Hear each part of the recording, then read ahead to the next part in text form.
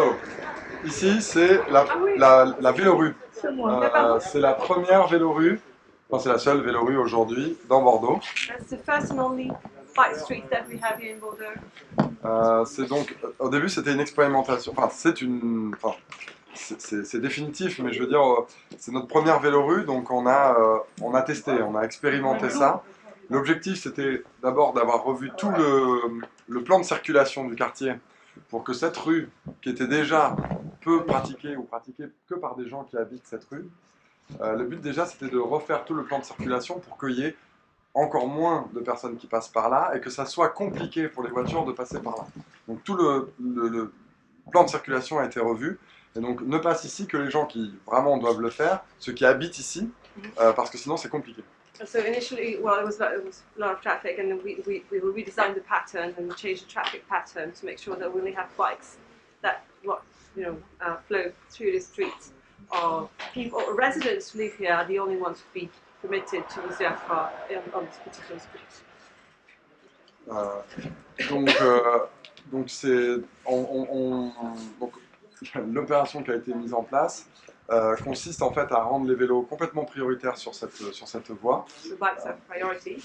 Donc les voitures doivent attendre derrière le vélo, c'est la signification de ce panneau. You can see the sign here. If you have a car, you have to wait behind this bicycle. Bicycle has priority. Et on a à peu près 2000 cyclistes sur cette rue par jour. We have about 2,000 riders every day. Cars? I don't know how many cars. It's far quieter, yes, because it's in residential area. What else? So it's, donc c'est un succès pour nous, cette vélorue. Il y a des choses qui peuvent être améliorées. Par exemple, ce marquage central, au début, marquait bien le vélo. Après, il a le désavantage de laisser penser qu'on ne peut pas rouler dessus et qu'il faut rouler de chaque côté, alors que ce n'est pas le but. Le but, c'est de rouler au milieu. Donc, il y a comme ça des petites choses qu'on pourrait améliorer. Mais pour nous, c'est une première. Et même en France, ce n'est pas la première. Il y en a d'autres expérimentations dans d'autres villes, comme à Strasbourg. Mais on essaie de définir la vélorue à la française, et une définition qui pourrait être la nôtre.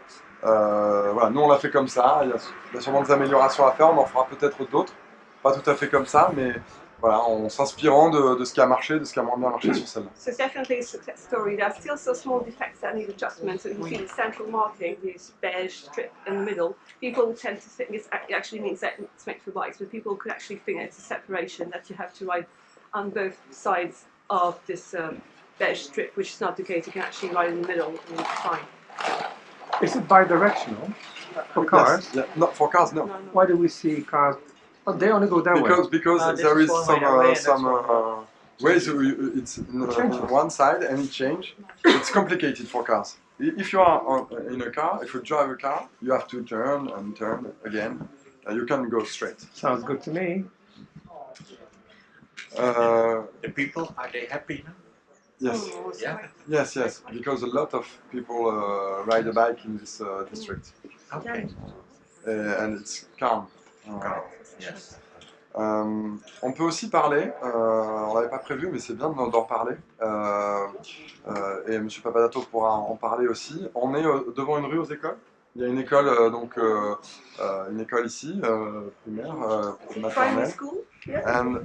Et donc la ville de Bordeaux a décidé ces derniers mois, récemment, de lancer des expérimentations, mais sûrement qui auront vocation à être pérennisées, de fermer des rues le matin et le soir pour les enfants.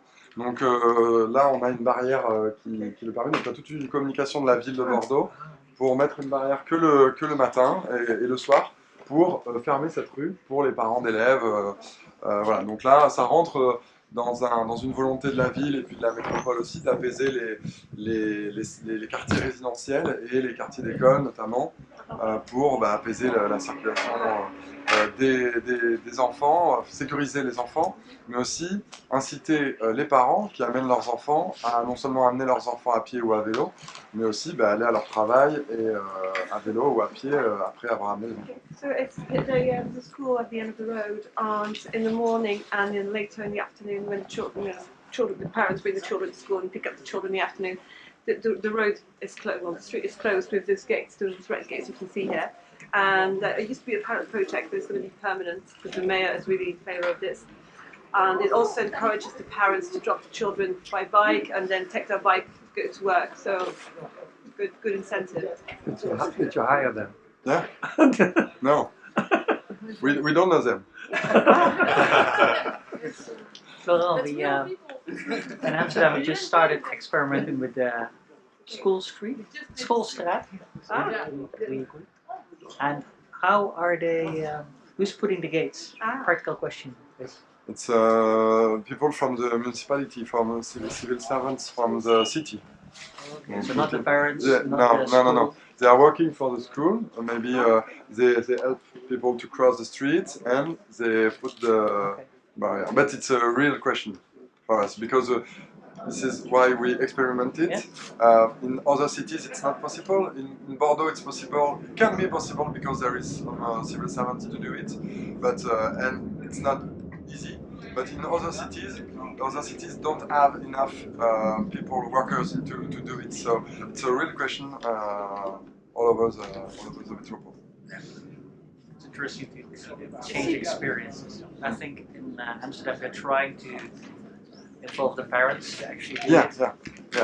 See what it We does. tried some experiences about we call that pedibus.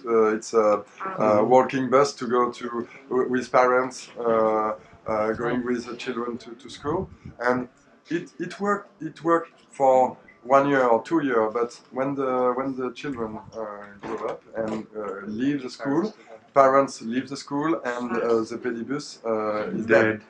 So it's non, ils se déplacent en groupe. Il y a les parents qui passent chercher tous les enfants et qui les emmènent à l'école. Ça marche jamais très longtemps. Ça dépend vraiment des parents en fait. Donc it's better when there is civil servants to do it, but it's expensive. It's for the city.